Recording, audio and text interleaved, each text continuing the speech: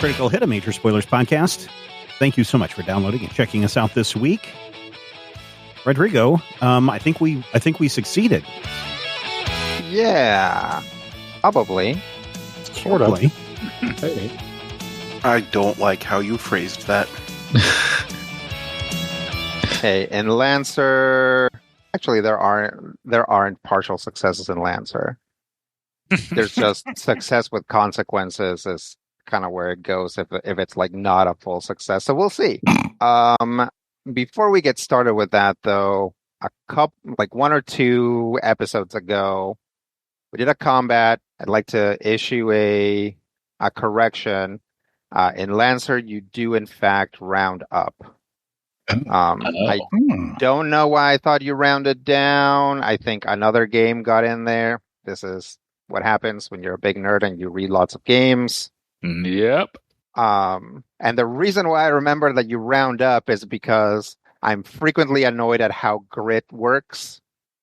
Which, because you round up, grit is half your level, and because you round up, that means you get it at odd levels, right? Because at level 1, your grit is 0.5 rounded up. So I don't know. It's just like, it annoys me. Back in the 4th edition days, there was another thing that was like grit, but it went up on even levels, which I think just makes more sense. Whatever, Lancer. I'll meet you where you're at. Well, Lancer also starts out at level 0 instead of level Lancer 1. also starts out at level 0, so it would take much longer for you to get your first point. I get it. I also wanted to talk a little bit about my house rules because I think people are, they've heard us go through some combat. Maybe they've come up. But I talked about scrambling. The scramble is a rule simplification that still kind of exists within the rules. It's not quite a house rule so much as like me putting brackets around something to make it more simple. And basically what that means is that a mech can go over an obstacle that is its size or larger by expending the obstacle size plus 1 movement. So for size 1 mech to get on top of a size 1 obstacle, that's 2 spaces. To get on top of a size 2 obstacle, that's 3 spaces. And anything higher than 2 points needs a hull check or something like that to climb it. You can't scramble it.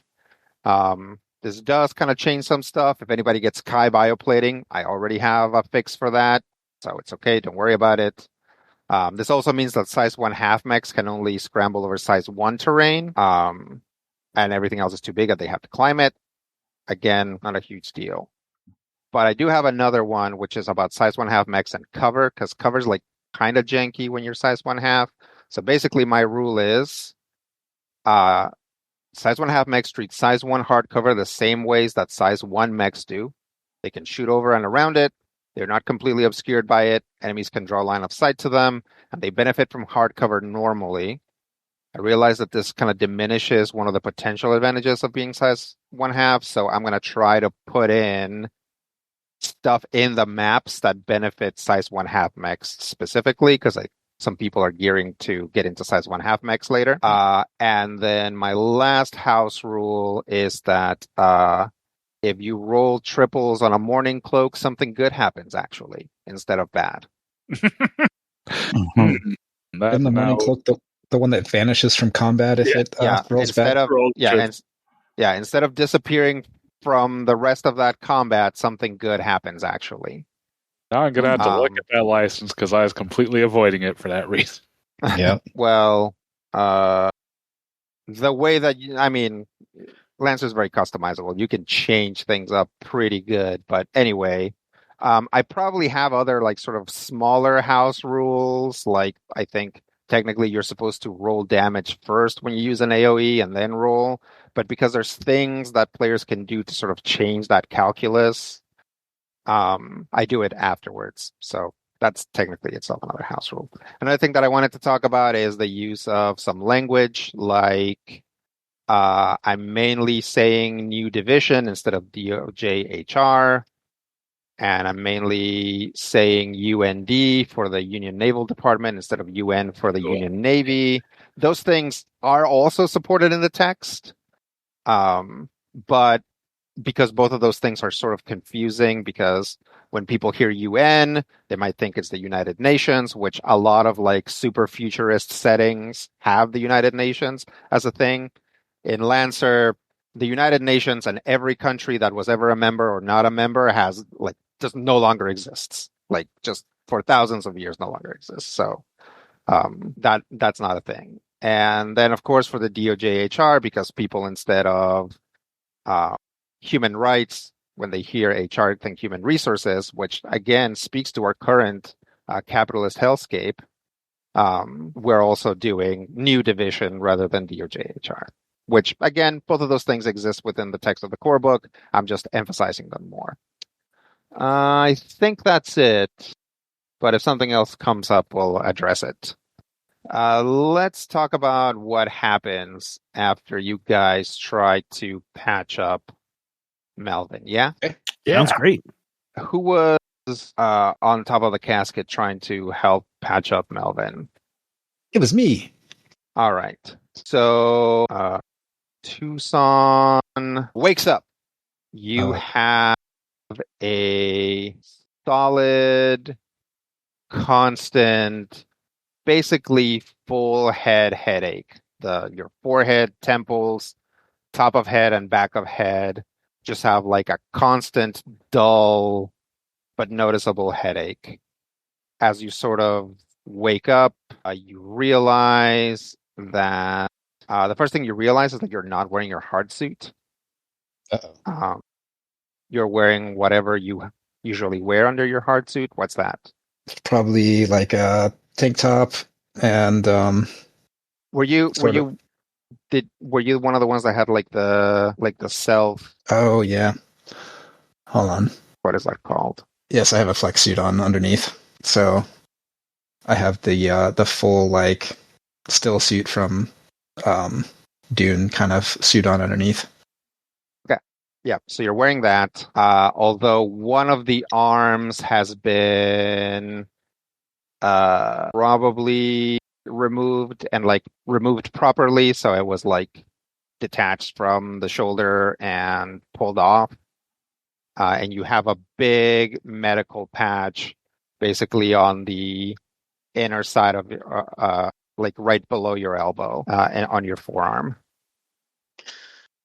Real quick check. Does the arm still work? You move your arm around? Yeah. Yeah, it works. Okay.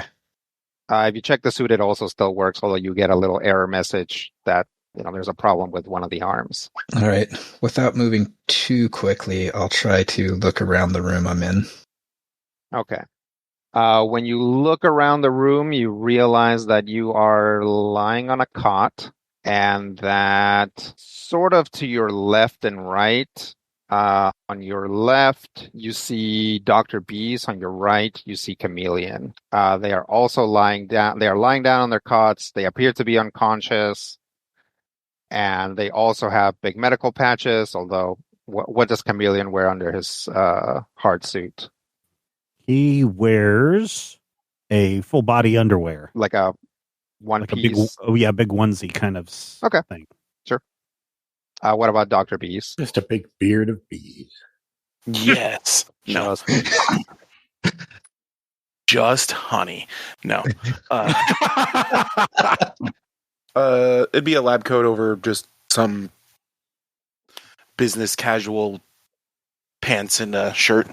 Okay, what would he wear under that? Boxers and an undershirt. So that's what he's in. Tucson can also see off over there, your hard suit has been like kind of neatly stacked up.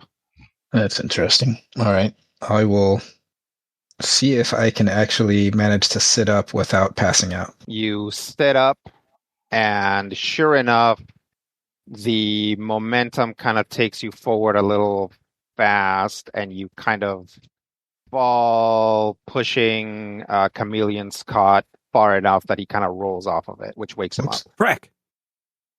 I kind of scrambled to sit up. Okay. You sit up. You look up. Tucson is there. Looks like he pushed you off your cot. I guess you were in a cot.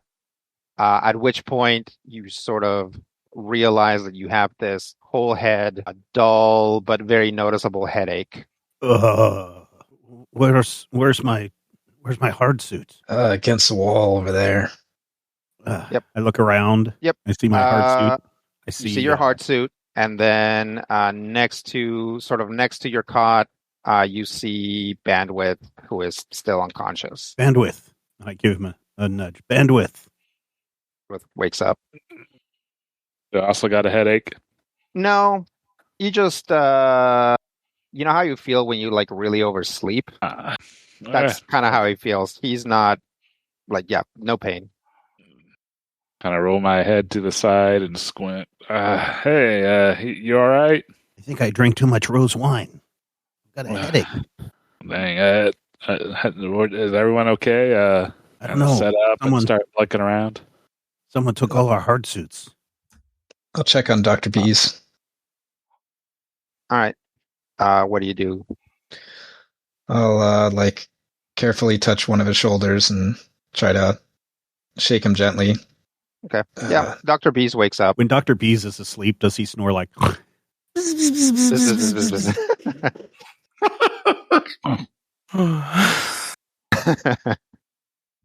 right. I think that size a no. Or is it? Yes. Dr. Bees wakes up.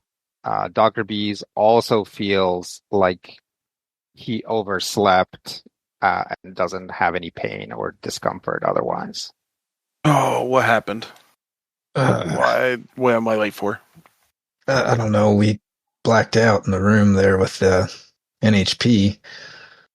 Woke up here. I kind of stand up to look around to see if I can find Bisque or Impact. Impact is over there on the other side of Bandwidth. Still passed out. No sign of Bisque. No sign of Bisque. Bandwidth. Wake up, you guys, Impact. now that you're looking around, you guys realize that you're in one of those office, or you're in a conference room. Is it smashed in on one side? No. Okay. No, but somebody put up a little like partition. You guys are on one side of the partition. Kind of give Impact's shoulder a shake. Okay. Impact wakes up. How does Impact feel? Impact has full head, dull headache.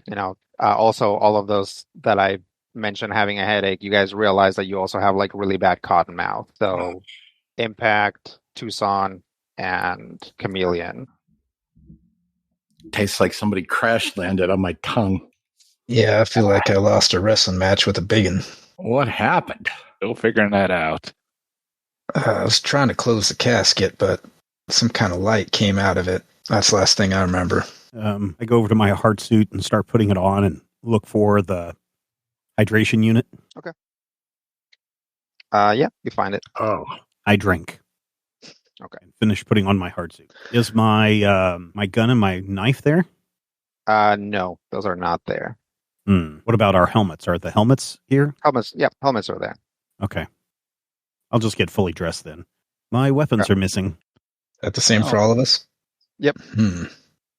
So are all of our gear gone? So like would my camo cloth and my data plating, my patch be gone? Yep, they are not there with your hard suit.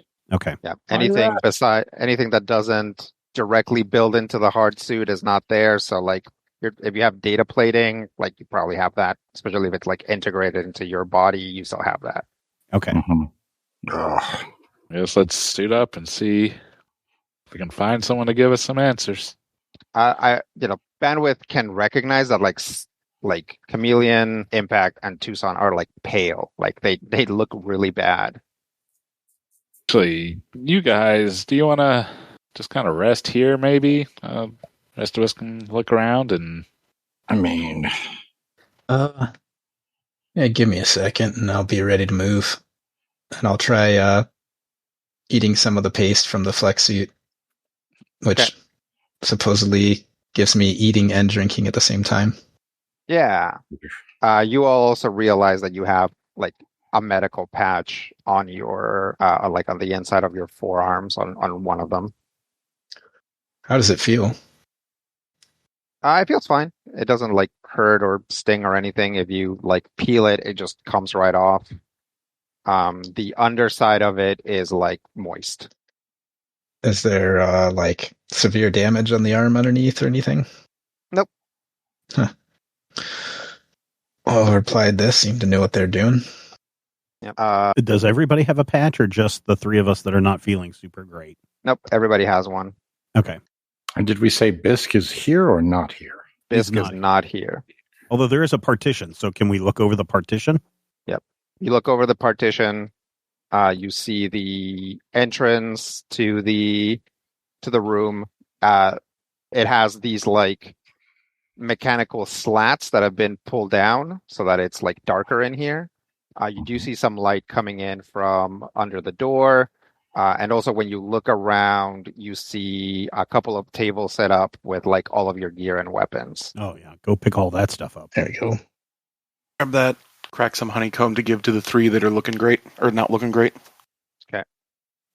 Thank you. That's disturbing. What is that? It's honey. Like for bees? Yeah, it's good. Where did you, where were their hives located? They taste clover. On planet, on campus. Ah. Boom, boom, boom, boom, boom, boom, boom, boom, boom, boom. Actually, definitely anything in the honey that's going to make you feel better doesn't kick in instantly. But actually, the action of chewing on the honeycomb does make you feel a little better. Oh. Okay. And, it's honey. Oh, so that's what happened. So there you guys are in a sort of meeting room that has been converted to a small triage unit. Those Bisque set us up in here? Bisque stuff is not in here. No, he set us up in here. I don't know. We probably need to find out. Yeah. Let's take a look around then. I'm going to keep my weapon drawn. Okay. Probably smart. And I'm also, I don't know if it would be worthwhile, but maybe throw on my camo cloth. Okay. What's So I take that out do? this. So I take out this this cloth and I just look at you guys and I throw it over myself and I disappear. And you just hear this voice say, "I promise I'm up to no good." All right. Probably want to be behind everybody else or well ahead of everybody else. Yes, then, behind so everybody they don't else. run into you. Okay. Yeah. So who opens the door to start investigating what's happening? I'll do it. Okay. Tucson opens the door and halfway steps into a very well lit hallway. It Oh, no. hurts. I have experienced this before. The well-lit hallway. Sensitivity to light. Oh. Yep. Yeah. It's the same deal with Impact and less so with Chameleon because actually now he's looking through his camel cloth, but still a little bit. Basically, when he opens the door, right, he doesn't have to you don't have to step out. There's like this flash of light. Yeah. That hits you guys pretty hard. I will activate my anti-photon visor. That's smart. I'm gonna do that too. Okay. Do I have one of those? Sure, I do. I don't remember if you packed one. I do. Yeah, but you don't need it. Yeah. I would say if I see Impact struggling and he doesn't actually have one, I'll hand him mine. If I put my hard suit back on, which I think I did. Okay. Yeah, I think everybody put their hard suit back on, right? Yeah, there's isn't there a thing Your- built into my crazy, my visory thing? Your visor would have potentially some sort of like active or manual way to like tint it. Mm-hmm. Not to the point where it could stop the sort of thing like that an anti-photon visor could, but definitely a well-lit room, it'll protect you from that. So yeah, you can turn that up. Okay. Yeah, so Tucson takes a step out, stops immediately, backs up a little bit, and basically everybody runs into him. So you guys kind of all stumble out of this room. Sorry about that. On the outside, you see several things. You are in one of these offices or in one of these meeting rooms. You've been down this hallway before. That way is some collapsed offices and the control room. In the opposite direction is a hallway and an intersection. And close to the intersection, you see two people talking, one of whom you recognize as Red Iron. They are wearing kind of a union uniform kind of clothes. All right. And so not like in hard seats or anything? Nope. Oh, I'll holster my weapon. I'll probably go ahead and undo my helmet and walk up. Okay. Yep. As you walk up, Red Iron, you are in like his line of sight. He taps the person he's talking to and points in your direction. The person turns around. It is a somewhat heavy set young man. Got very light brown skin, epicanthic folds, kind of a baby face. Has brown hair parted on the left. He smiles and says, "Oh, hey, you're awake." At which point you recognize Bisk's voice. Yeah. Some of us a little rougher than others, but yeah. So I take it everything went all right. All right enough. Yeah, Bisk just kind of looks generally in an upward direction. And he says, do you have something you want to say to them? And a translucent blue sphere appears just sort of in the air at about eye level. And then two eyes appear on it. The eyes are one on top of the other, so they're not side by side. But they are oriented so that so this is like the eyes are wider than they are tall, so it's oriented like the face is the right where it needs to be, but one of the eyes is on top of the other, right? So it's not on its side, it is just two eyes, one above the other, kind of looking generally at you guys. And it says, "Hello. I would like to apologize for any inconvenience and or pain that you experience while helping me recover from my cascade." Oh, that's understandable.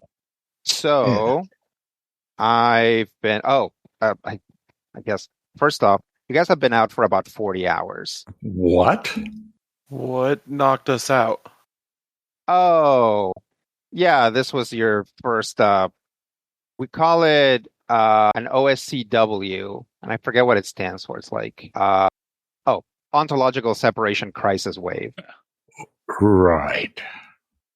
Yeah, the energies that were put out, they can have the effect of briefly disconnecting you with your, I guess, human-sized framework. You kind of briefly might experience the entirety of the universe, and it's kind of hard to do. Yeah. So you've experienced that before, Bisk? Yeah, a few times. After the third or fourth time, it's actually, you recuperate from it pretty fast. I see. Well, Perspective is less frightening when you've seen it before. Yeah, how are you guys feeling? Like 10 miles of bad road. Disembodied voice says, "Yeah, I don't feel so good." Oh, okay. He kind of looks around. Okay. Yeah, it can be pretty rough the first time. I hear if you have some sort of, definitely if you've had some sort of like neural implants, they tend to sort of buffer that. Another mystery solved. yeah. Yep. I was going to ask why some of us got special treatment. I was going to be upset. Yep. I don't know if Dr. Bees has neural implants, but Dr. Bees does a lot of like plugging himself into like swarms of nanites. So he's got some, if he doesn't have straight up neural implants, then he definitely just has practice like changing his framework to function as something else. So maybe it just didn't hit him as hard. Or if Rob decides he also has neural implants, that's fine too. No, Dr. B's is just built different. Yep. Oh, no. No. No. Biss turns is like, oh, yeah. So now that you've apologized, would you like to introduce yourself properly? And the translucent sphere with eyes says, yes, I no longer wish to be addressed as Melvin. Please address me by my new designation. Absorb, Absol. And Bisk turns to you and says, we're calling him Abzab for short. That's okay with you, right? And he says, yes, I am happy to have my first nickname. It's an important step.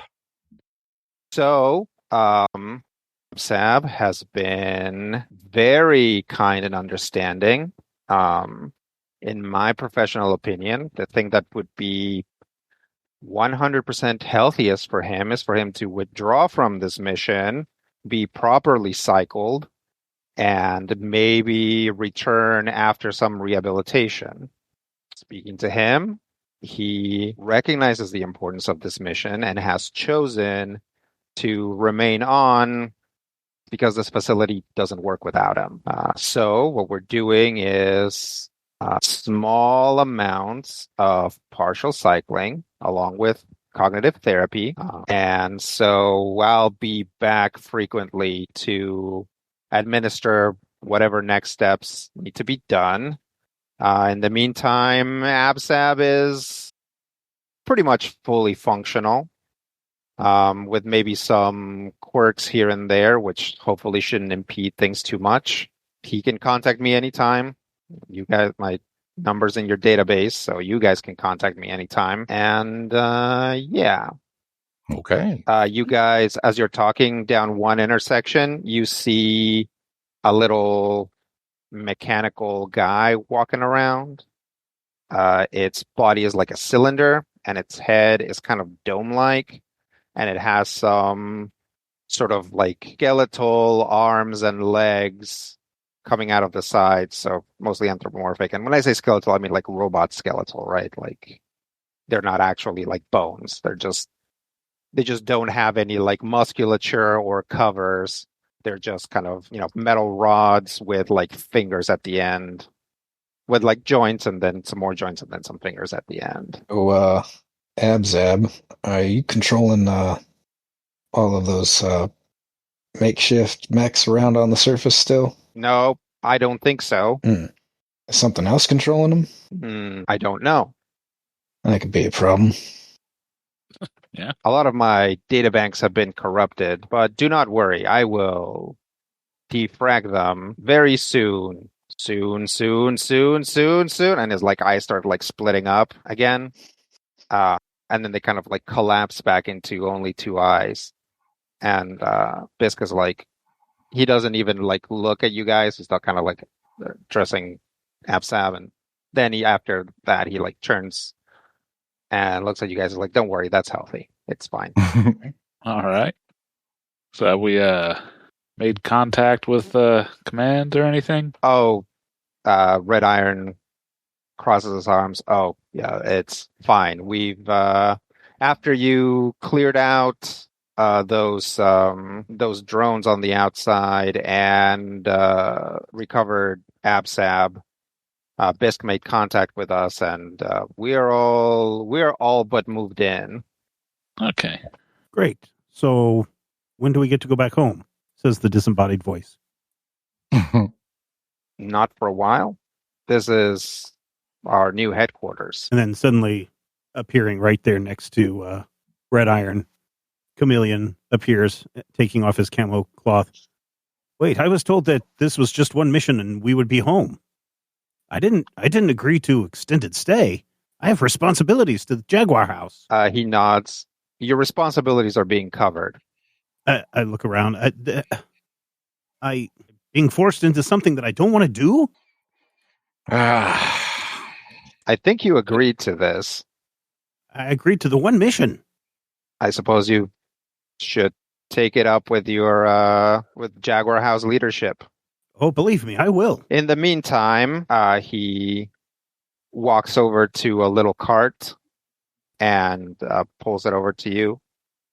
You should eat something. GMS rations all around until we get some sort of kitchen operational. We have more personnel here at the facility. Yeah, our engineering team is here, but right now it's kind of a pain in the butt to go back and forth on account of that tunnel, but we should have it operational by the end of the day. All right. So right now we have to go outside and take a shuttle to the other side of the facility. We didn't break that tunnel, did we? No, No, you guys did not break the tunnel. despite our best efforts. Yeah, we retconned that scene. So yeah, have a seat, eat something, rest up. We'll talk in a bit. He goes off purposefully in a direction to go do something else. Bisk turns to you guys and waves and says, "Okay, I'm going to be taking off. Call me if you need anything." Oh, we will. And he heads over in another direction and comes out like kind of slowly and kind of clumsily putting on his hard suit as he is also walking towards, possibly wherever the exit is. Well, mission accomplished, I guess. Suppose now's a good time to look for the best bunk in the house. Yeah, that's what I was saying. Let's maybe find ourselves some quarters. Sounds like we might be here for a bit. I'll grab one of the GMS ration tins and take it with me. Okay. Dibs on the flattest surface. All right. So you guys go off individually looking for a place. I think so. Yeah. Okay. You find 3 types of places. Mhm. You find meeting rooms, offices, or facilities like bathrooms, storage rooms, that kind of thing. Do the meeting rooms have like big conference tables? Yeah. Dibs. I'm just going to go back to the place that we were at. Okay. Well, there's Yeah. 5 cots. Yeah. Oh. And they're all mine. Hey, now wait a minute. You called dibs on the table. He called dibs on the cot, so, That's not how dibs work. Isn't that explicitly how dibs works? No, that is not how dibs work. That is actually in contravention of the rules set up by Sir Walter Dibs, inventor of the dib. I stack all the cots on top of one another. You have somehow made an uncomfortable sleeping arrangement uncomfortable and dangerous. Yes. Yes. Or as we like to call it, chameleon. What are the arranged- rest of you doing? I've arranged all the blankets and pillows into a little fort. Okay.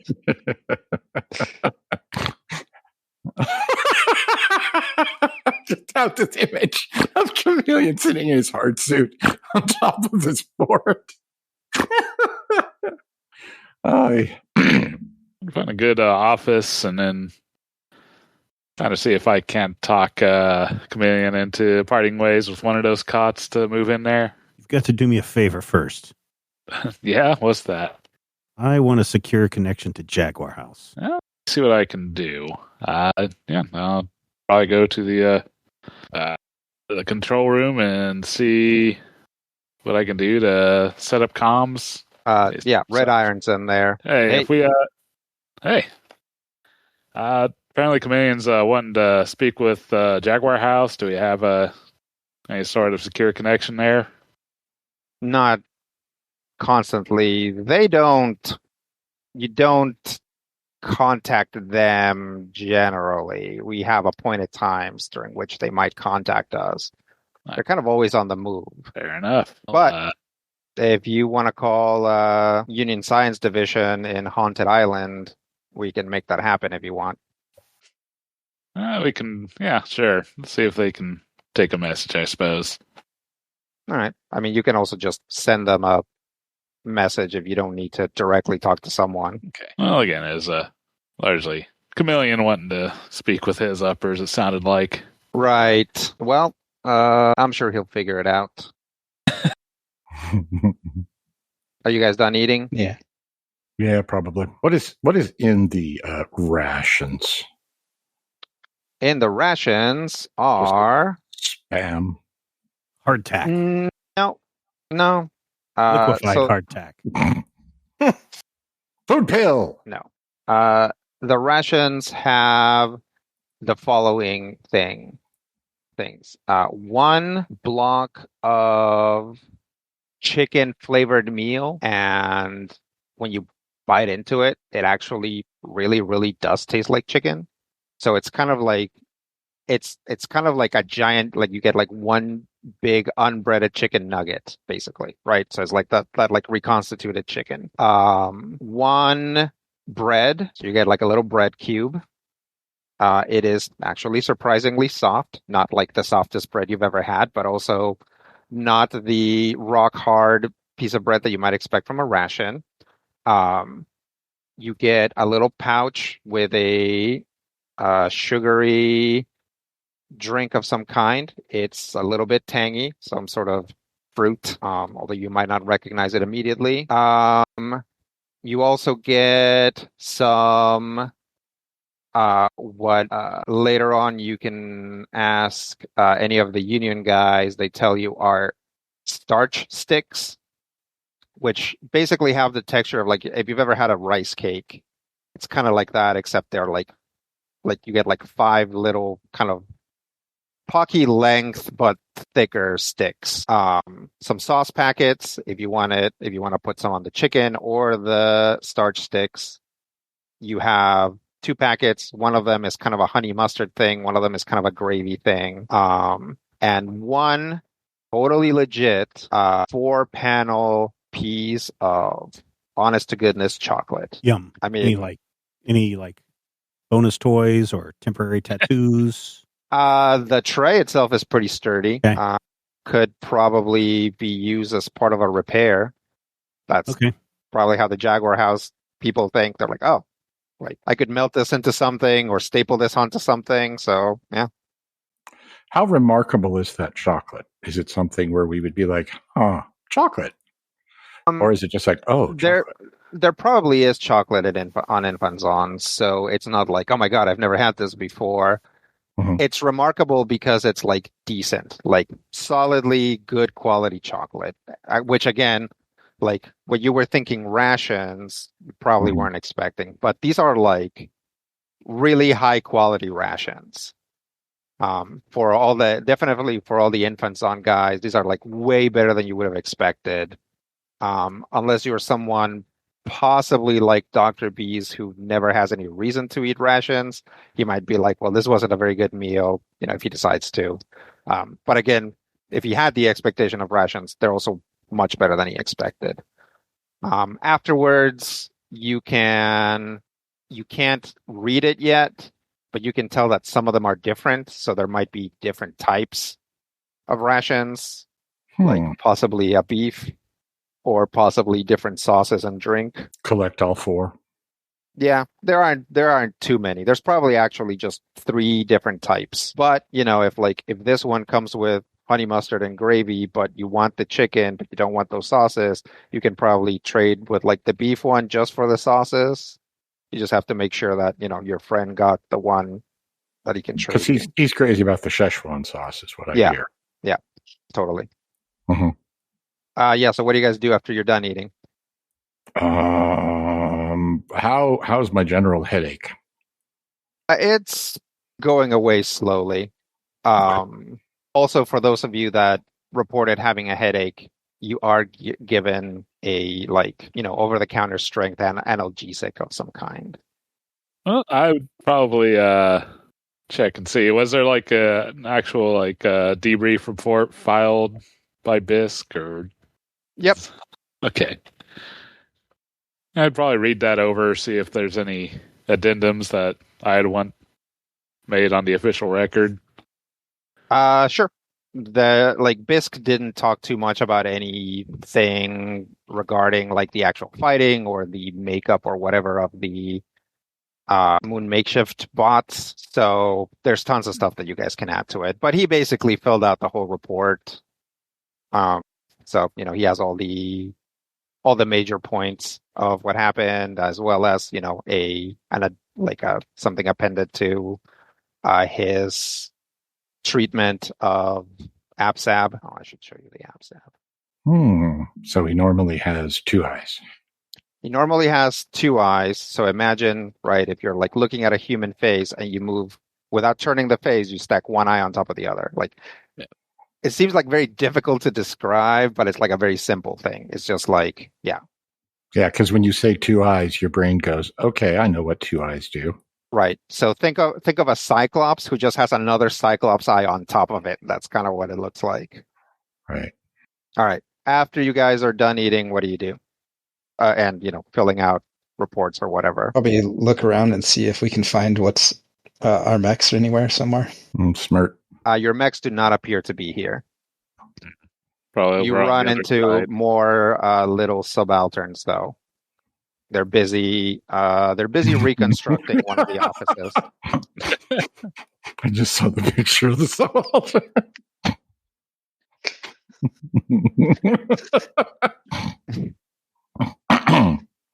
I'm serious too. They do have some internal storage. What do they use that internal storage for? Mostly stuff for disposal later. Oh, okay. Makes sense. So yeah, they have like a little flap that just like puts like they're like, oh, this chunk is too busted up to put back up. Like just stick it in there. They kind of like beep and boop at each other. Seem to coordinate that way. We'll try to look onto or get into one of the systems and see if there is a record of where our mechs were transported to, and maybe if they're on the other side. Yep, your mechs were moved to the mech hangar, Okay. which is on the other side. We've been there. Yep. Yep. There's no real getting there without Taking a shower either yeah, or swim. or a real good swim. Can we all swim? Sure. I cannot swim. Yeah, unless you decide that you can't. Yeah, I don't know. I did grow up in a desert. That's true. While you guys are trying to figure out where your mechs are, pretty much the entire floor, if you're like on the first floor and not up on an office, like there is like a like shin high wave of water that covers up pretty much the entire installation. And then you guys hear a loud whirring and the water starts to recede. Suppose they just opened up that collapsible tunnel. I guess. I hope so, because otherwise we might have to start running. Unfortunately, where to? Away from the water. Yes, the tunnel is open. Was that Abzob? Yep. Thank you for the notification. I think I'll head over there then. I am updating your facilities maps. Thanks. Appreciated. Here's the tunnel, which is now functional. As you guys approach it, you see a lot of little subalterns with mops, like cleaning it up. Yeah, my map's not too bad. As you approach it, Red Iron kind of intercepts you and says, "Oh, you heard the tunnel was open?" Yeah. Mm-hmm. Zav, let us know. Here, let me pass you some of these, and whatever devices you have start like dinging a few times. Right now, we have to be very disciplined about the things that we print. But if you want to print any personal items, clothing, a hair dryer, whatever you need, you each have some tokens that you can use. We also prepared one of these offices. We printed out some bunk beds. If you if you all would like to sleep there for now until we figure out a better arrangement. Dibs. That might work. See, that's how dibs work. Write that down, Dr. Beast. So are you all up and about? Are you ready to get back into it? Depends how far into it goes. I'm sure you're interested to see what is going on with your mechs. Very much so. We don't have a lot of engineers right now. There are only 5. So right now, at any given point, when you want to get to your mech, You're going to have to wait on their availability because they are also setting up this entire installation. Let me real quick get in contact with them, and I'll pass you a schedule so that you can have a look at your mech. And he pulls out his little data pad and is clicking on it. And sure enough, I mean, he doesn't stop you from going through the tunnel. He kind of walks away from you. But sure enough, in just a minute, each of you gets a little kind of like reminder for your calendar of when to head over to the mech hangar. Is anybody going to stop us from heading into the hangar? No. All right, well, don't see that I need any technicians to take care of my own mech. Okay. I am the technician for my mech. Exactly. Oh, that's just Yeah. not. I'm not. Okay. I'll head right over there to the mech hangar. Okay. I mean, I'll so tag you- along. Okay. Who is not heading to the mech hangar? I think we'll all go. Yeah. Okay. I mean, I'm not going to be of much help in terms of engineering. I mean, I just drives them. I don't fixes them. No, you do fix them. They definitely don't have enough engineers on the crunch core, so you have to do a lot of it. You can be a rock star about it, but that's not actually true. Okay, so I'm lying. Yeah. Thanks for Okay. calling All right. that out. As long as we set that up, that's fine. You can That lie. was That's not a impact lying in character. Yep. All right. I'm with you. We're good. I'm with you. Okay. You guys head over to the mech hangar. Inside, there are several bays. You guys like break out looking for your mechs, or you go like bay by bay together? I think we should go bay by bay, and then each of us walk away from the group dramatically as we reach our particular bay. And the music can like swell in the background, and it can be like the da da da da da da da, and we're like kind of we need to do this because this is going to be probably like stock footage in every episode. You guys walk, and one of the first bays that you definitely walk past like a couple empty bays first, but one of the first bays you walk to has Tucson's mech. It is very opened up. Yeah. Like a lot of the panels are open and popping out, and it is currently suspended from the ceiling. Well, looks like I got some work to do. Well, we'll get right to it then. Start seeing about grabbing some of those tools that were you described being in this room. Sure. All right. You grab your tools, start heading over, go up onto one of the catwalks. You kind of have to like manually move it over to your mech, and then you can like walk onto kind of the cockpit area. Like it's depending on what exactly you're going to do, it's hard with your mech being suspended. All right. Well, I'll see what I can do. Okay. Yeah. While your mech is suspended, you can make some repairs, but also you don't have access to any printing materials here. So, like, what was your repair cap at? I was at half, so I was at 3.6. Yeah. So you can do a patch job here, but like you need stuff printed out to actually fix your mech. Well, there is a printing bay nearby. Hopefully we won't get in anybody's way too much by doing so. Okay. Who finds their mech next? Sure. Dr. Bees, there's your mech. Looks just as beat up as you left it. It is not suspended from the ceiling. Yeah, it didn't have near as many problems or near as much beat on it as everybody else's. Yeah. You didn't get to stand in that line attack twice? Wait, Didn't get hold left on. to just take attack after attack after attack. Hold on, wait a minute. I think there was a third one. It seems to be it was coming from, I think it was an ally? No, Yeah, I it was think that that was one it. I got there. It was that one I got there. Your stinger weapon is not attached to it, though. Is it in the bay? It is not. Well, I'm finding the first person who looks like they would answer to anybody. Who finds their mech next? I do. Okay. Yeah, there's your mech. Looks like my mech. Well, they took out the reactor, though. Got to get that put back in. To be fair, it was kind of, And, also, same deal as everybody else. Without access to printed materials, you can't really fix your mech. Yeah. I'll get those engineers on it. If Tank were here, he'd already have it fixed. Yeah, definitely. Tank does first. Yeah. He likes to think so, but he really doesn't. You look at your schedule, and yep, sure enough, there you are, scheduled at some point. Who else is looking for their mechs? I am. Right. You go over to your mech, and as you head over to another bay, your mech is rolled out onto sort of the staging area of the mech hangar. It's sort of being rolled out. It has like these wheels attached to its little quadruped legs. So it's not being walked. It's just kind of being rolled out. Yeah.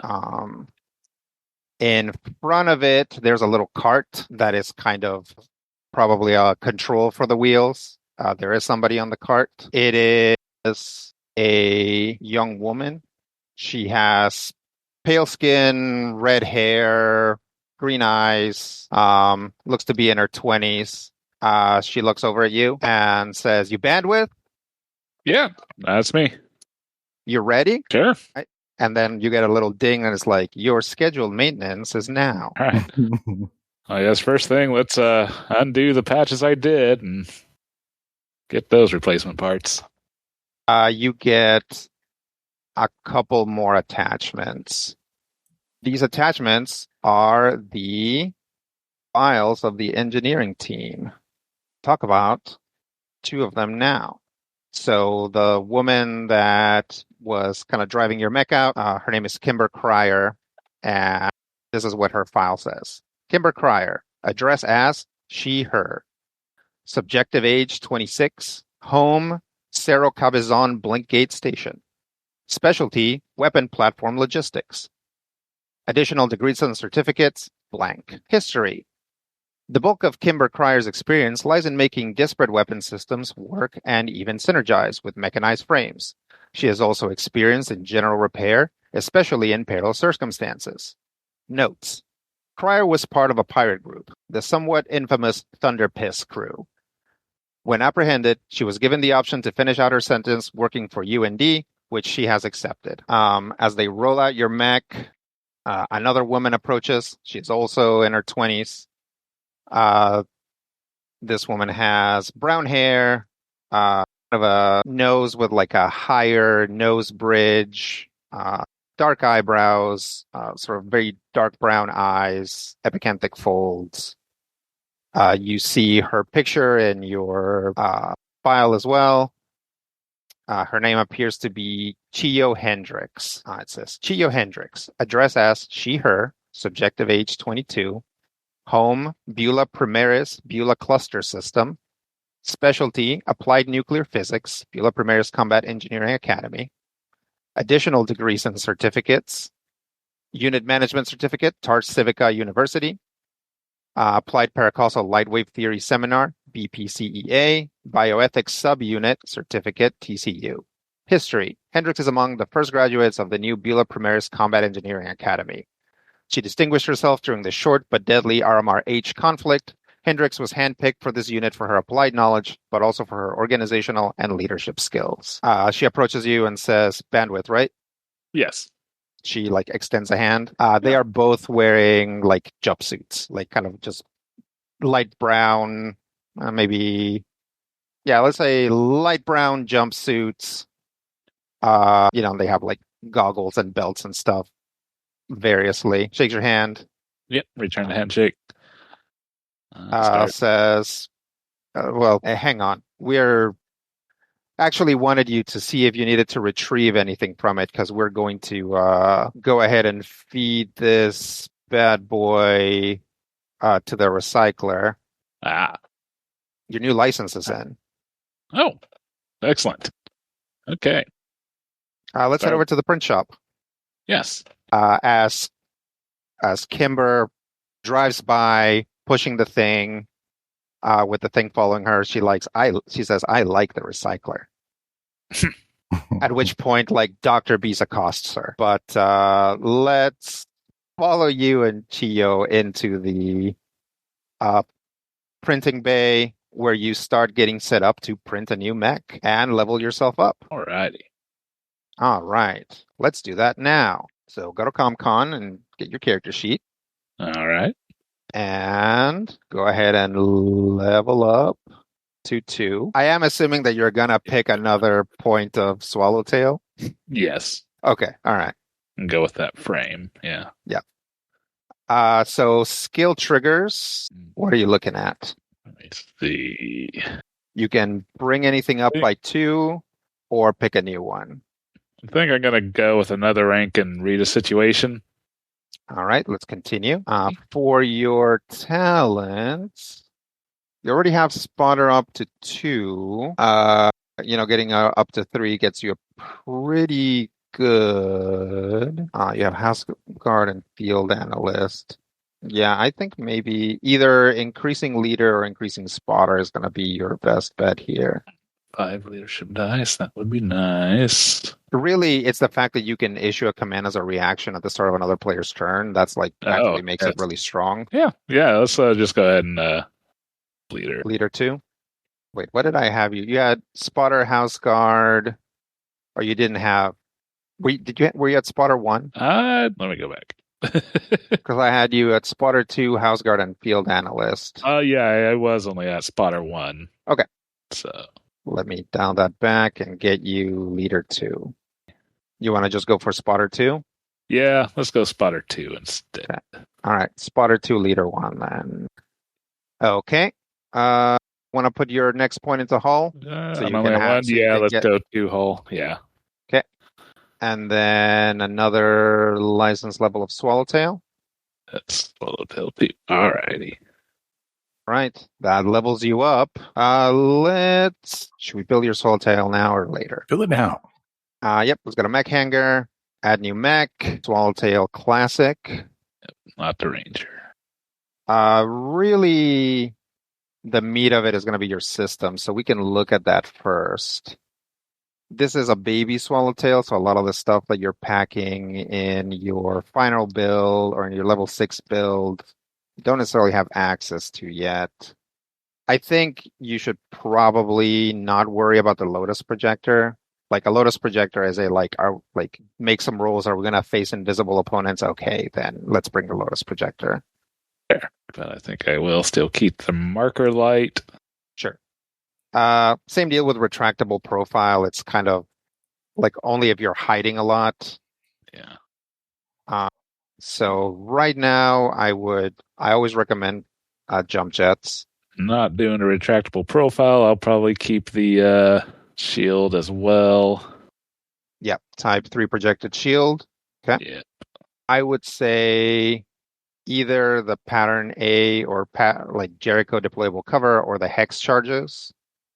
Hex charges are nice because you can use them on other people. You can be like, this guy's way out of position. Let me throw a smoke bomb on top of him. Sounds good to me. And that would that'll cover you. Yeah. And then you can have, if you're still going with a Nexi, which I don't know if you have any Sentimane right now. I don't remember if you have the talent yet. No. I would say either go with, I would at this stage, well, I guess you can, even as a baby Swallowtail, you can already shred people. So yeah, it's up to you. I would say either a Hunter Killer and 2 light Nexuses or 4 light Nexuses. Yeah, I think Hunter Killer with 2 light. All right. That's your new mech build. I guess that's another thing that I should have addressed the audience about. Brian's 1 level above everybody else because I asked him to play a specific thing, and he was nice enough, so that's his reward. Alex also gets a reward for being asked late and not getting to pick along with everybody else, but his gift's not here yet. I'm excited. Yeah.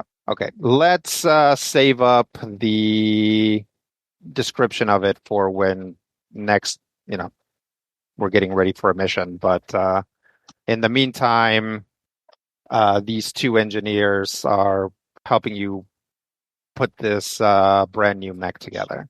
Whose appointment is next? Mine. After maybe a couple hours, you get a ding. It's time for your mech repair appointment. All right. I head on down. When you get over to your mech at the mech hangar, there are 2 engineers there already. One hello. of them, hello, you have the files of all the engineers. One of them I've already described. It is Chio Hendricks. Again, brown hair, inner 20s, the epicanthic folds, kind of high nose bridge, dark brown eyes. Also, someone we haven't met yet. Along with her is an engineer named Sud Logodent. He has dark skin, shoulder length black hair, thick eyebrows, a goatee, and he is like handsome. Like handsome. Here is what his sort of we'll say hazel eyes. Here's what his file says. Sud Logodent, address as they, them, subjective age 25, home, Gonth, Verduzia system, specialty, motonics and locomotion systems, Sayu Temple. Additional degrees and certificates, Temple's recognition, laser and plasma systems, Temple's recognition, flight systems. History. Logodent is a recently ordained priest engineer of the Sayu Temple. The Sayu Temple of Gonth is one of the most advanced ateliers for both military aircraft and mechanized cavalry on the Kunlun line. Priest engineers of the Sayu Temple receive almost unparalleled experience and education. Additional notes, although they can perform certain clerical services, Logodent is attached to this unit as an engineer only. Oh, it's nice to meet both of you. You as well. We have managed to secure a new license for you. Oh, very nice. So along with repairing your mech, we should be able to install some new systems as well. Cool. All right, let's level up Chameleon. Okay. All right, so new skill trigger for you. Mm-hmm. Would you like to increase one of the ones you already have or pick a new one? I think I would like to add to something that I have. Okay. Act unseen or unheard? Yeah, I believe so. All right, let's look at your guide version, Chameleon, or your talents. So what talents do you have right now? Right now I have Demolitionist. What was the other one? Gunslinger. So it should say on the left there. Oh, okay. So all the way at the top at the left, there should be... Infiltrator, Gunslinger, and Demolitionist. Let's swap some of that stuff out. Yeah, because I don't really have an auxiliary ranged weapon. All right, so let's remove Gunslinger. Okay. And then we're going to take Grease Monkey, which should be right below Gunslinger. Okay. And then, so what do you have now? Demolitionist? Yes, Grease now Monkey, I have Infiltrator, Demolitionist, and it says I have one talent. You have one more. So I would suggest that you take one more point of Grease Monkey. I think just because of where your mech's going to end up, you're going to want Grease Monkey died all the way up as fast as possible. So I'm going to add Machine Bond on to that. Yep. And then it's going to take me down to continue. Continue. Okay. So going to license level 1, you've already got 2 points in hull, right? So Correct. I would recommend, because of your heat usage, that you take a point in engineering. Yeah. Okay. And then let's go down to the metal mark. So that should be under Smith Shimano. Yeah, I'm looking. There it is. And you should be able to unlock metal mark 1, which doesn't give you the chassis yet, but gives you some new systems. I'll go ahead and continue. Continue. Add a Update core pilot. bonus. You shouldn't have a core bonus.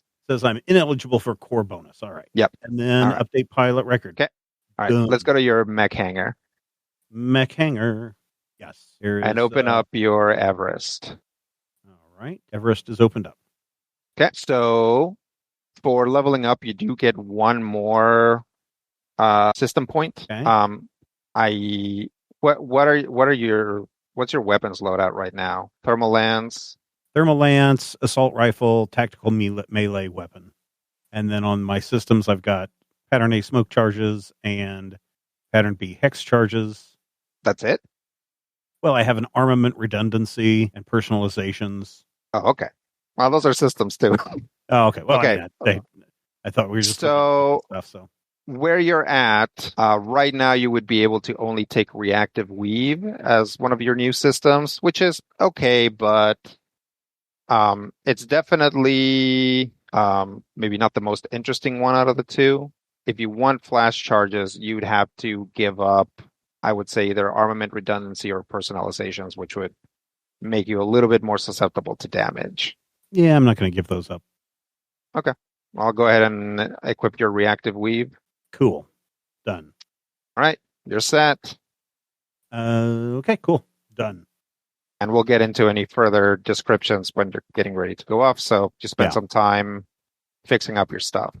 Yeah, and it's cool to work with these engineers. They seem like neat people. Learn a little bit about their planets. I don't know what they think of me for never having been off planet before, but They seem are, fairly nice.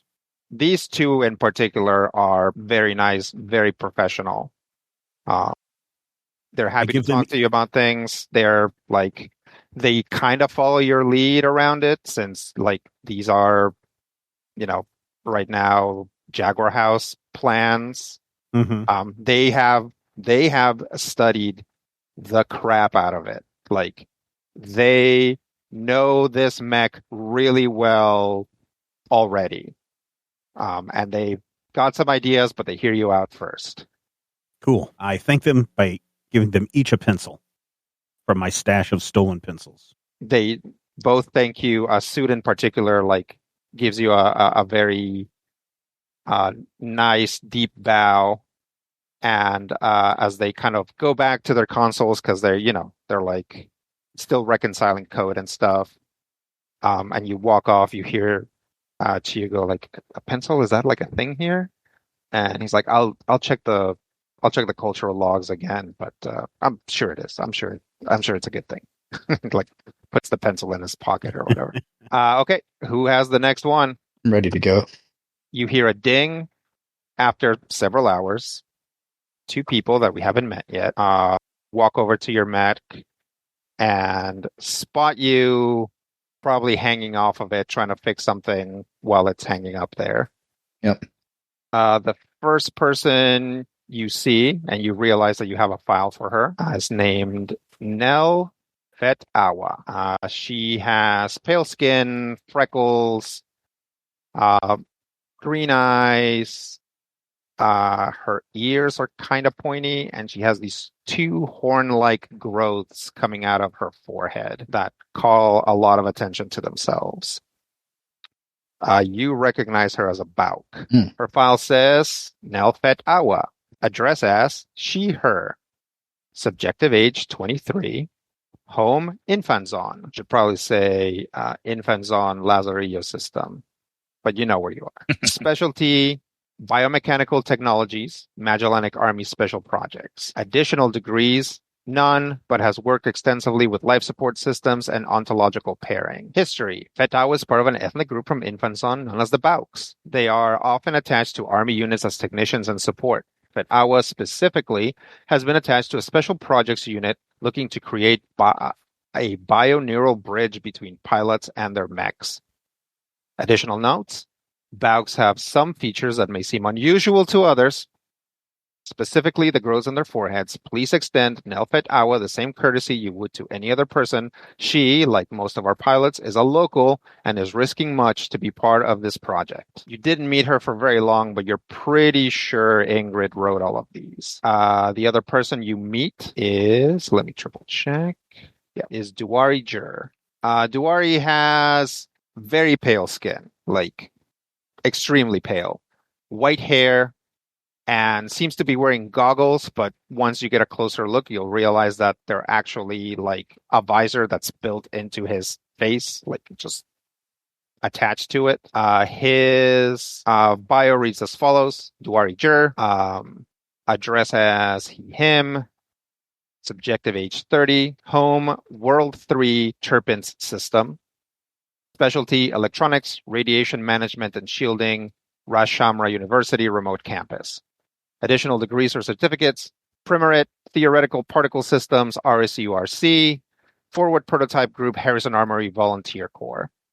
History. Duari Jura is a graduate from Ras Shamra University and is a superior engineer, especially when it comes to nuclear reactors and radiation shielding. He also has worked with some paracausal and exotic systems.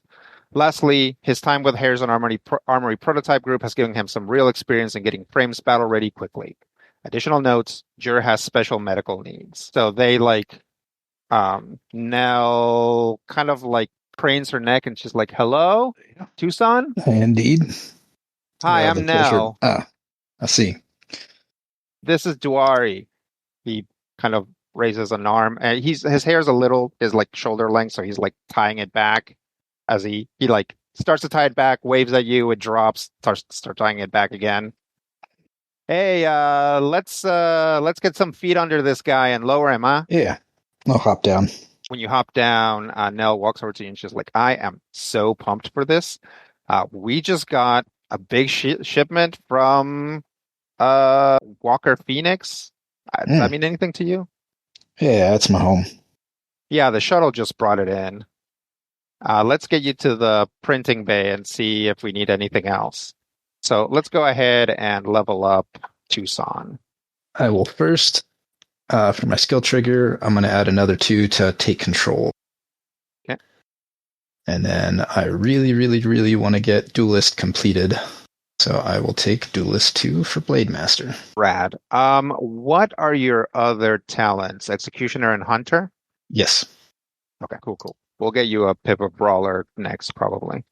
Yeah. Well, you might want to Duelist 3 first. Yeah. Duelist is just too good. It is. And Duelist 3 is really what I've kind of built this my whole plan is built around. Yeah. My recommendation is a Pip of Engineering here. For sure. Yeah, I have 2 in whole, but I'm going to really need the heat cap here pretty soon. Yeah. All right. Let's put a Pip there and continue. And then we're taking the first point of Blackbeard, right? Yep. Suddenly there are 2 red eyes starting to appear in the background. And not here yet, but they're starting. Okay. So, yeah, as they're setting stuff up, they have they brought this huge, long, wooden box, and they kind of crowbar it open, and it has some stuff on top that's basically non-branded silica packets, essentially. Nell reaches in and she pulls out this pink, red pink tendril, and she looks at it and looks at Duari and looks at you, looks back at Duari. Maybe I should explain that. That's some of the sort of muscle fibers of a biggin that we took down a couple months ago. It's actually going to be applied into the systems of my mech here. It allows me to sort of increase the strength of the systems. She says, she looks back at Duari and she's like, amazing. And he's like, you know what? I'm just going to put a mask on now. I am sure I'm not going to be able to take the smell. Yeah, that is a good idea. And they'll wheel it back over there. Let's go over to your mech hangar. Okay. So I think exactly where you're at. No, you actually... Wait, do you have enough points? No, you don't have enough points for those synthetic muscle netting. So you're going to have to pass up on something. Yep. I would get rid of the shield. Yeah, that's kind of what I was thinking. Because you're going to need the movement for the jump jets, and especially if you get rid of the shield, you're going to need the personalizations. So, and it sucks to lose your big weapon. So armament redundancy. You could get rid of armament redundancy too, because you have plenty of weapons to blow up.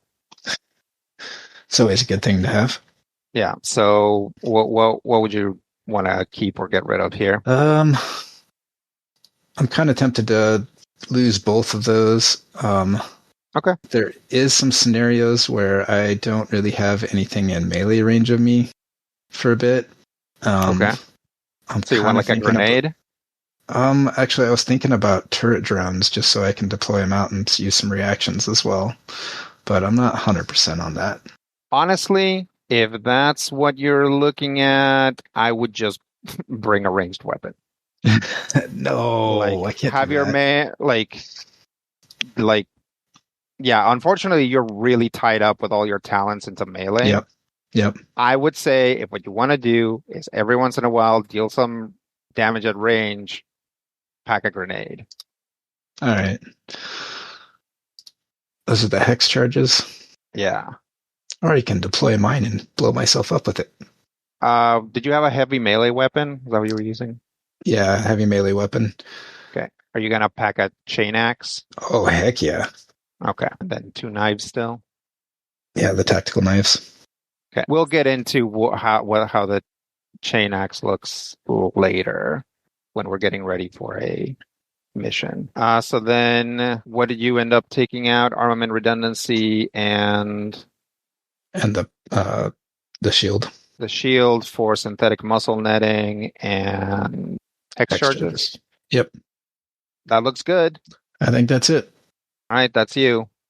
Did somebody say impact? All right, you get a doot that your mech hangar time is up, or it's coming up. Mm-hmm. You head over to the mech hangar, Mm-hmm. and there waiting for you are 2 people we've already met. They are Duari Jur and Kimber Cryer. Mm-hmm. Duari is the one with very pale skin and the visor built into his face. Mm-hmm. Kimber is the light skin, red haired lady. So far, Duari seems to be the oldest engineer at 30. So any of you can start getting the sense that like this is like these guys are like professional and all, but this is kind of a like this is your first big assignment crew. Right. Like there seems to be a lot of that going on. Yeah, but they come up to you and they're like, "Hey," or Duari says, "Hey, I hear someone's already been having trouble with their reactor." I wouldn't call it trouble. I mean, okay, all right. Yeah. Well, let's have a look at it. Okay. This thing is just way bigger than I am happy with and not quite as armored as I'd like. And I mean, reactors explode. That's the thing that reactors do. But well, we're processing some licenses for you. We'll get you into something more compact. It's probably soon. better. Okay.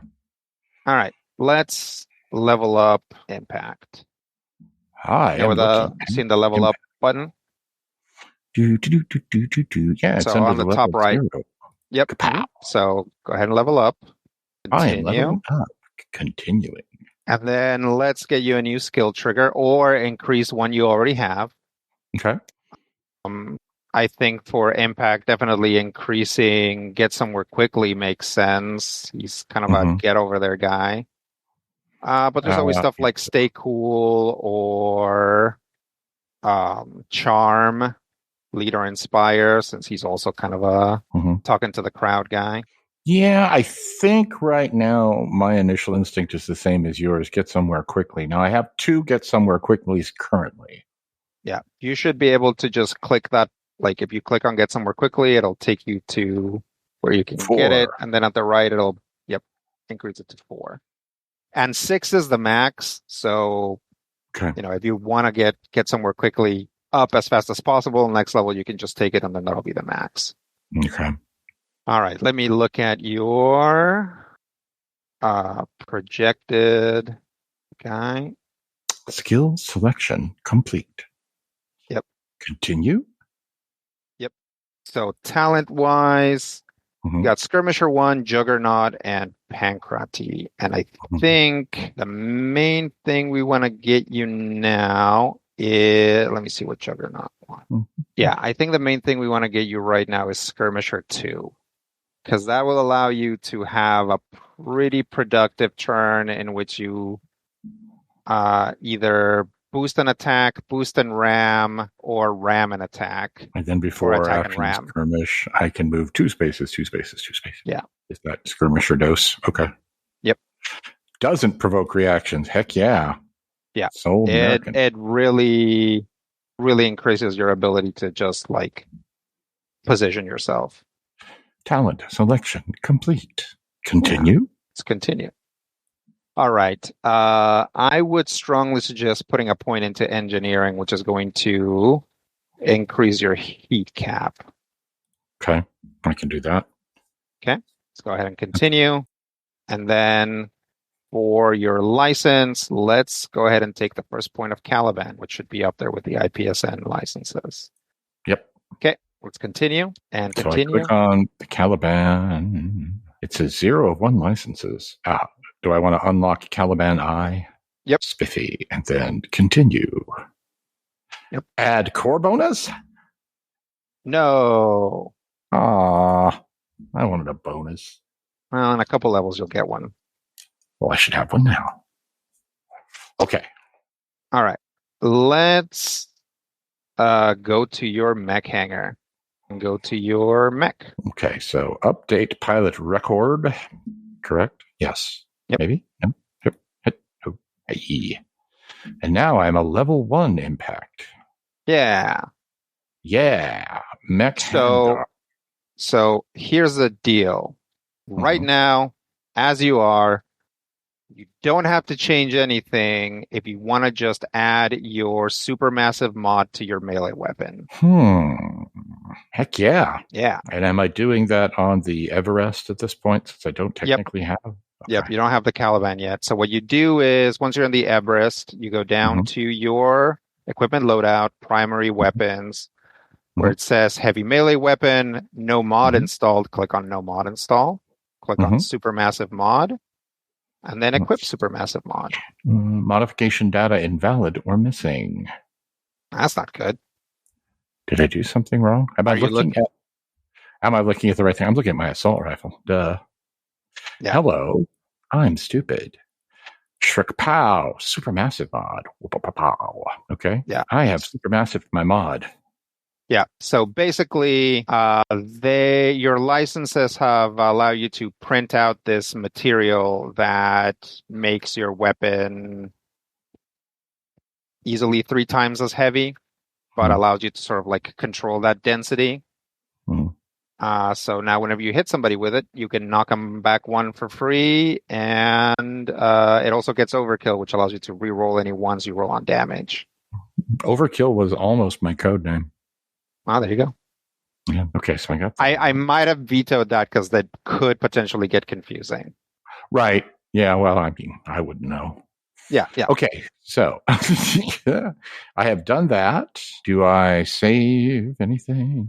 Nope. You can just go back to your pilot sheet or whatever, and you're set.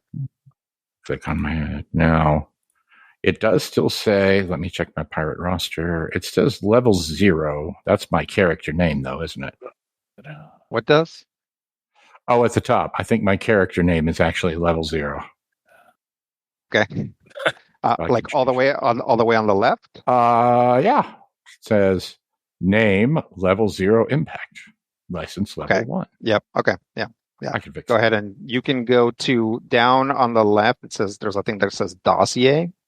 And if you click on that, that should allow you to change any part of your biography and identity. Okay. I think that's it for impact. Yep. It's only Dr. B's left. I believe so. Okay. Dr. B's, how's Dr. B's feeling? Depends on how quickly someone listened to him. Not quickly. You unfortunately met up with the most combative member of the engineering team and feel like you were kind of given the runaround there for a bit, but you get a message saying that your mech is ready to be worked on. As you head over there, you see 2 people that we've already met. You haven't met them yet. You see Nell and you see Sood. Nell is the girl with the little horns, freckles, light skin, green eyes, kind of pointy ears. Sood looks like a handsome engineering Jesus. And Nell, like they're both walking towards you, but she keeps kind of doing this weird step because she's like, seems to be really excited to talk to you. So she gets to you first. She should be.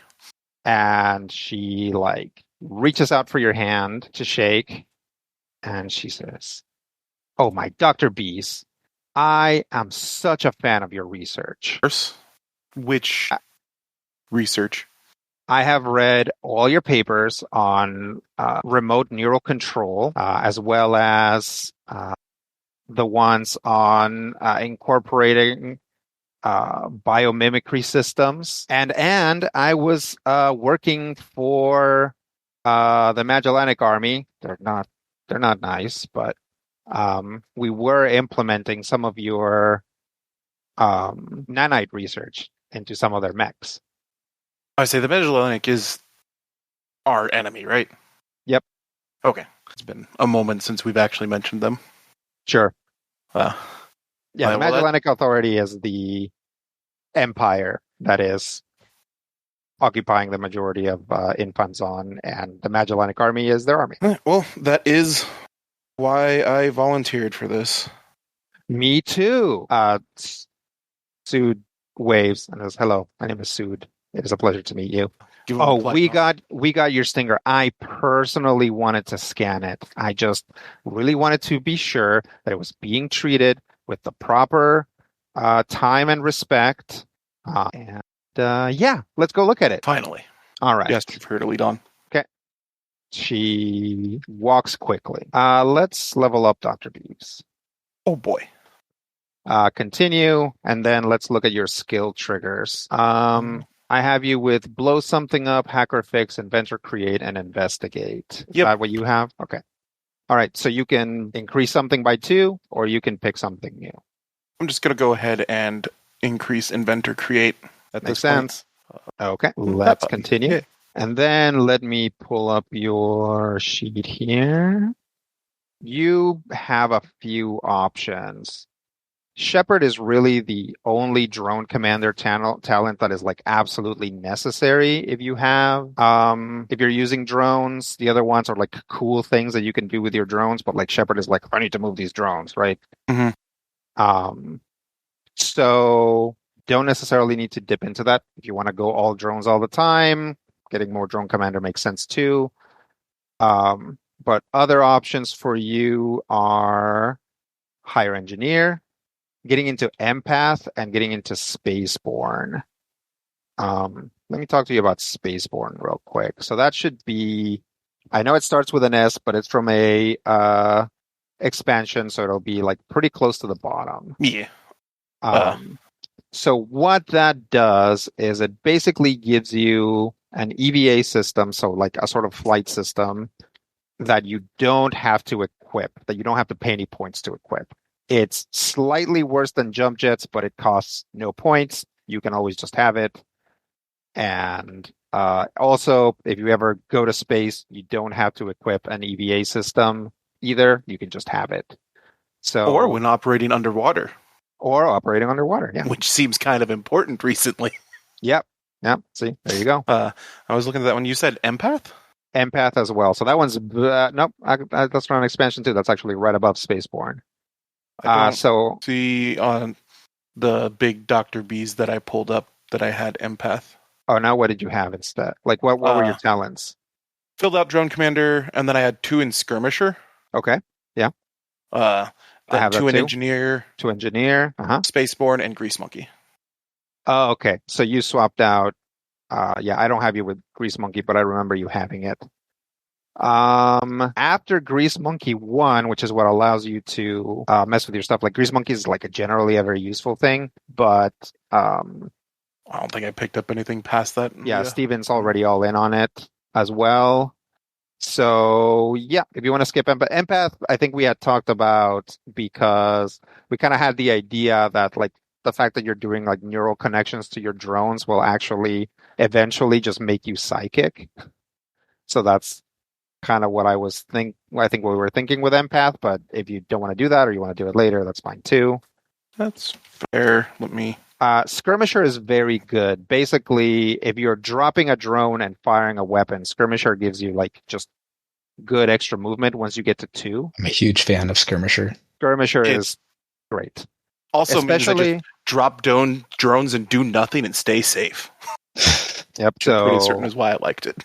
Yeah, yep, that too. So yeah, the first pip gives you soft cover if you don't attack. So you want to take that? I think I'm going to go with the Spaceborne. Okay. For this one? Yes. After Yeah. dealing with the underwater nonsense that seems very Makes sense. on brand for Dr. Bees. Yeah. And I would strongly urge you to take a point in hull. I guess. You don't have to. I mean, I ultimately will. The other good option is engineering. Which I didn't take at all, apparently. Yeah, you put 2 level points 6 into one? systems, so you could. Let me I see meant what I'm you big have. Dr. Bees. Oh, I mean that's fine if you're not like if your play loop doesn't involve a lot of what I want to say overcharging. On big Dr. Bees, now that I'm looking at it, I might suggest moving those 2 agility into engineering. Like I Fair. see that you want to go all in on systems, so you have more room for drones, and that's fine. But you definitely, honestly, right now, I would say put a point in hull. Like Okay. 2 Yeah. more hit points, and then next level you can increase your rep cap too, which you can use for drones anyway. And then let's take the first pip of Balor. Yeah. So we can get you a hive drone. Oh, it said baller. I think it's Balor. That's the correct pronunciation. But pretty much canonically, we know that Horus Mechs are not named after mythical things or named after D&D monsters. So it's possible that the nerds in Union call it Balor. Yeah. All right. Let's. You all set there with your level up, Rob? Think so. Yeah. Okay. Let's go to your mech hangar. Let me just check real quick. You've got your prototype weapon integrated, and then I have you with a Hunter Killer Nexus, thermal rifle, heavy melee weapon. Yep. Okay.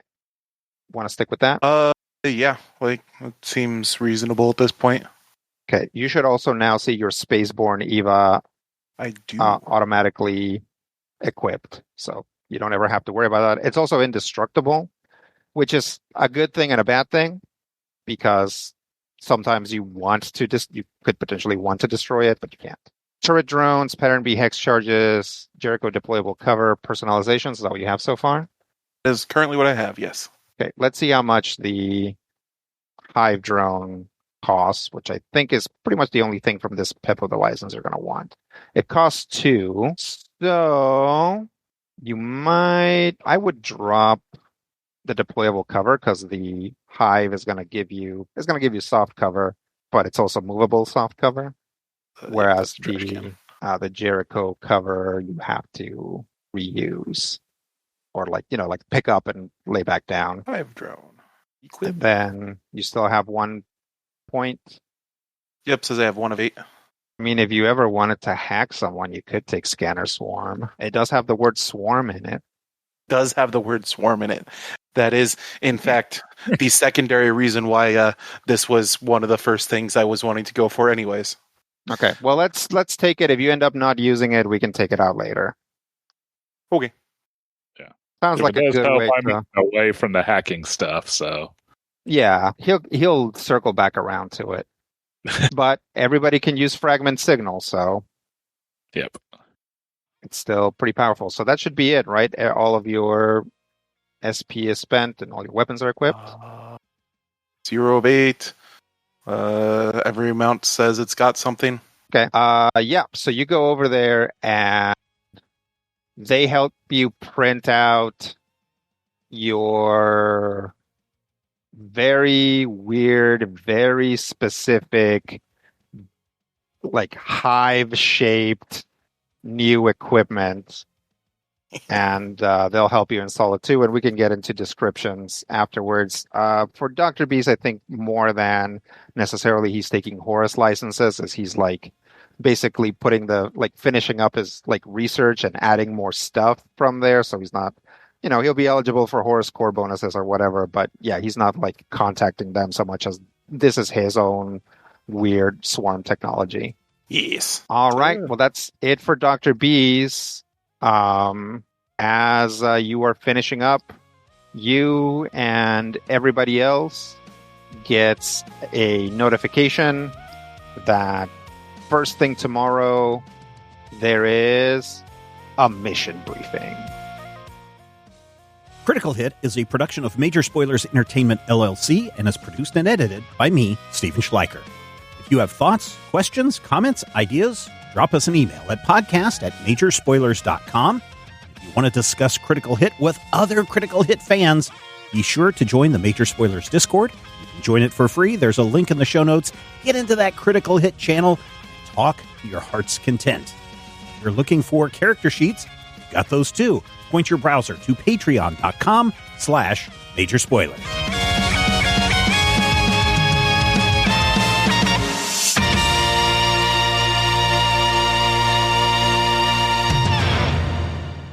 This podcast is copyright 2026 by Major Spoilers Entertainment, LLC.